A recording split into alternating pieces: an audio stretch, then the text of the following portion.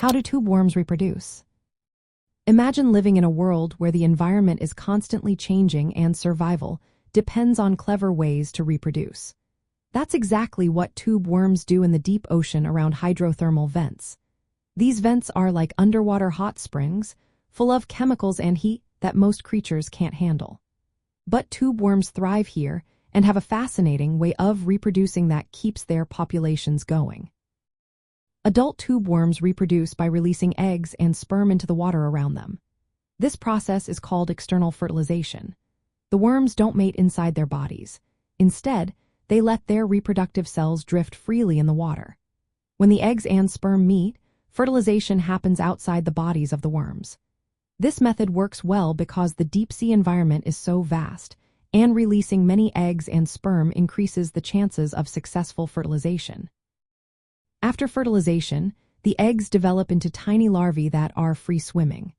These larvae are called planktonic larvae because they drift with ocean currents.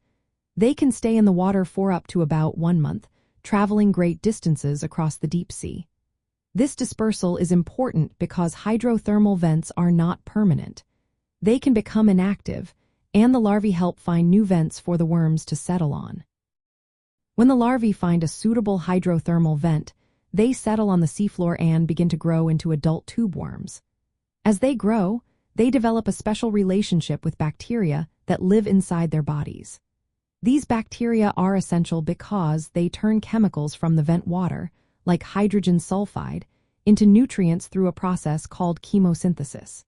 This means the worms don't need a traditional digestive system. Instead, they rely on their bacterial partners for food. Adult tube worms are fixed in one place, anchored to the seafloor near the vents.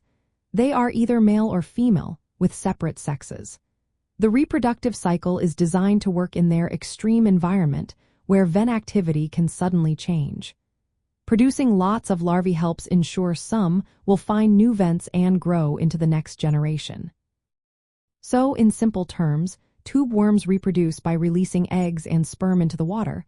Fertilization happens outside their bodies, and the resulting larvae drift in the ocean currents. They travel to new vent sites, settle, and grow into adults, continuing the cycle in these unique underwater ecosystems.